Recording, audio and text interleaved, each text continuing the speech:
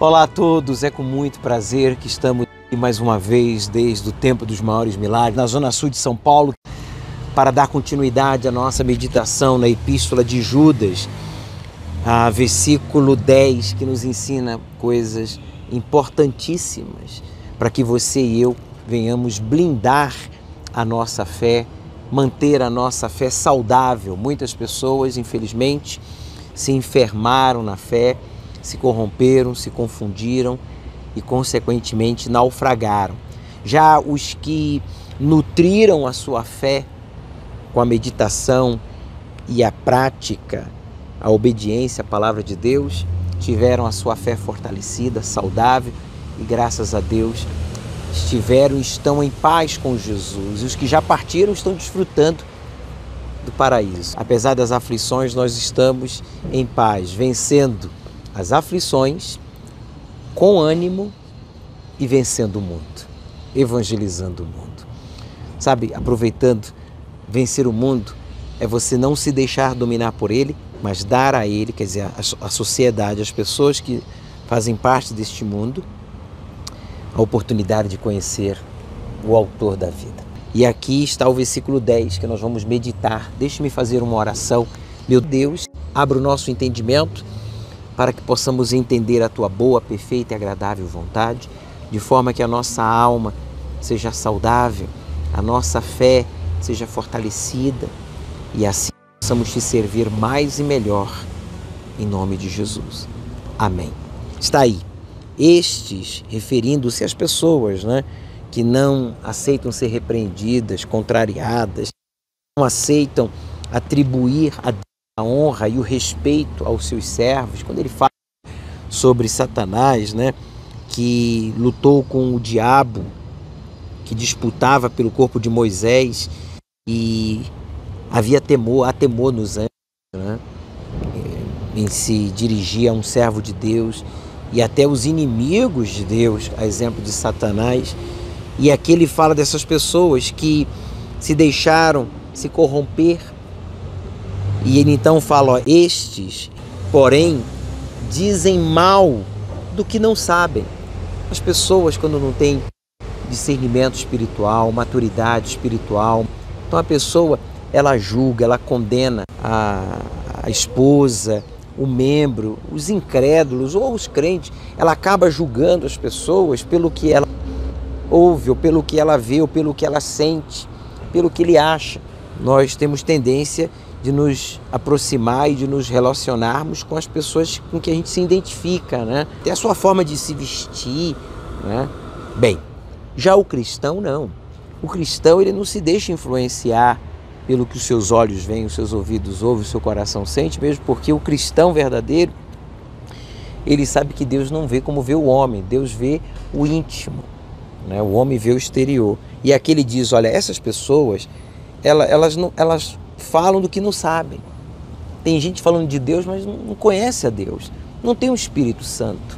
Pode ter curso de teologia, pode ter formação universitária, pode ter uma posição na sua religião, uma posição eclesiástica, me refiro, Mas falar de Deus não basta.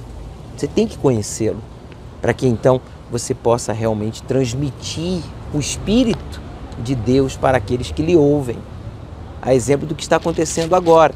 Você que, diante do que está sendo falado, você diz, meu Deus, eu tenho sido essa pessoa. Eu sou uma pessoa que, às vezes, faço comentários, julgo, condeno a pessoa que eu nem conheço, e ainda que eu o conhecesse, isso não me dá o direito de falar mal. Por exemplo, Miguel conhecia muito bem a Satanás, porque Lúcifer já havia morado nos céus, inclusive foi responsável pelos outros anjos, inclusive pelo próprio Miguel, mas nem por isso ele desceu o nível de Satanás. Ele se manteve firme, fiel, temente a Deus, e sabia que Satanás perdeu no céu e perderia na terra como perdeu, e consequentemente também no inferno. E essa é a verdade. Quem é de Deus tem discernimento e sabe se posicionar diante de Deus, diante do diabo, dos demônios, como também diante das pessoas, como também diante dos problemas. E aqui ele diz assim, olha, e naquilo que naturalmente conhecem, como animais irracionais se corrompem. Quer dizer, as pessoas que se corrompem são as pessoas que ficam num plano natural, normal. Está aqui escrito, olha, naturalmente conhecem. Não vive no mundo da fé sobrenatural e por isso se corrompem. A única forma de você e eu não nos corrompermos, você e eu que conhecemos a palavra de Deus, que fazemos a obra de Deus, inclusive, como obreiros, colaboradores, evangelistas, você como eu, para servirmos a Deus e sermos um instrumento nas suas mãos para ajudar a outros a se manterem salvos, praticando o que a gente sabe, vivendo o que a gente ensina e dando a outros a oportunidade de serem evangelizadas, libertas e salvas, a gente não pode ficar no plano natural. O plano natural é o mal com o mal, é a mentira com a mentira, é a promiscuidade com a promiscuidade, é a violência com a violência, é a vaidade com a vaidade, é a corrupção com a corrupção. No plano sobrenatural a pessoa me faz mal, eu faço bem. A pessoa me mente, eu lhe falo a verdade. A pessoa me odeia, eu perdoo. A pessoa me rouba, eu lhe sirvo. A pessoa, ela não crer, eu continuo crendo. É isso aí. É isso aí. Então, a gente que vive no plano sobrenatural, a gente está acima. Não é que a gente seja melhor ou superior a quem quer que seja. Não é o caso. Mas nós estamos em um nível superior. Nesse nível superior, a gente trata, a gente lida, a gente vê, a gente fala, a gente serve no plano sobrenatural, que é a fé sobrenatural, a fé na palavra de Deus, revelada pelo Espírito Santo, e não como animais irracionais que se corrompem. A gente não se corrompe. Os animais, eles não têm um senso de justiça, os animais não são seres que possam se relacionar como nós, seres humanos, né, com a palavra, com o raciocínio, com a inteligência. Veja a importância de você e eu preservarmos, né, a incorrupção por meio de uma fé inteligente, uma fé obediente, uma fé bíblica. Ele diz assim, ó, ai deles, ai daqueles que se corrompem, porque entraram pelo caminho de Caim. Quem escolhe entrar pelo caminho de Caim, invejar o irmão, julgar o irmão, matar o irmão, é cada um. Não foi o diabo, nem Deus. Foi o próprio Caim que desejou, que se permitiu entrar pelo caminho da destruição, da corrupção. Ele não era corrupto, ele não era invejoso, ele não era homicida, ele não era violento, mas ele se tornou, se deixou entrar, ele fala, porque entraram pelo caminho de Caim e foram levados pelo engano do prêmio de Balaão. Tem gente que permite ser levado pelo engano. Não se deixe levar pelo engano, seja ele das mídias, redes sociais, seja da corrupção, da violência, seja o que for que esteja tentando levar você pelo caminho do engano. Pare aí do vício, da promiscuidade, da rebelião, dos maus olhos, sabe, da mágoa, de matar o irmão. Talvez você não tenha cometido o homicídio fisicamente falando, né? Mas espiritualmente sim, guardando no seu coração um ódio contra alguém. Perdoe esta pessoa.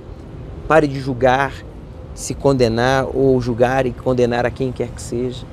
Pois ele diz assim, pelo prêmio de Balaão, aquele que se vendeu, conhecedor da verdade, se vendeu para amaldiçoar o povo de Deus e acabou sendo maldito. Não permita que isso lhe aconteça. Não entre por este caminho, obreiro, auxiliar de pastor, você, colaborador, não entre por este caminho. E se você já está, se converta, quer dizer, dê as costas para o engano, para a corrupção, para a rebelião e seja fiel a Deus, sirva a Deus como está escrito aqui. Ele diz assim, e pereceram na contradição de Coré. Coré entrou em contradição.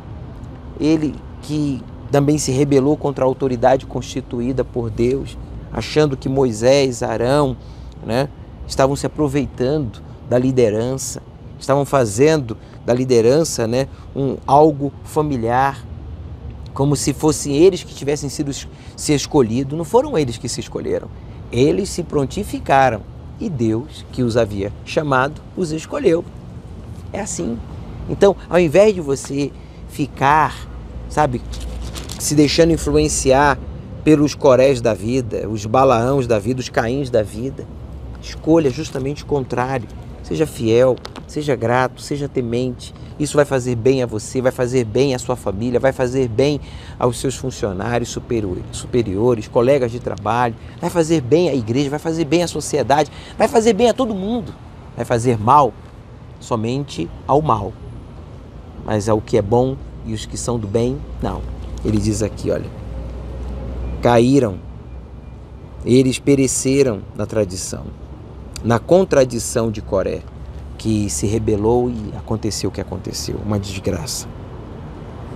Bem, vamos parar por aqui. Sábado que vem vamos dar continuidade à nossa meditação no versículo 12. Que Deus os abençoe abundantemente. Nos veremos amanhã aqui às 7 horas da manhã ou às 9h30 na IURD ou nas nuvens. Até lá.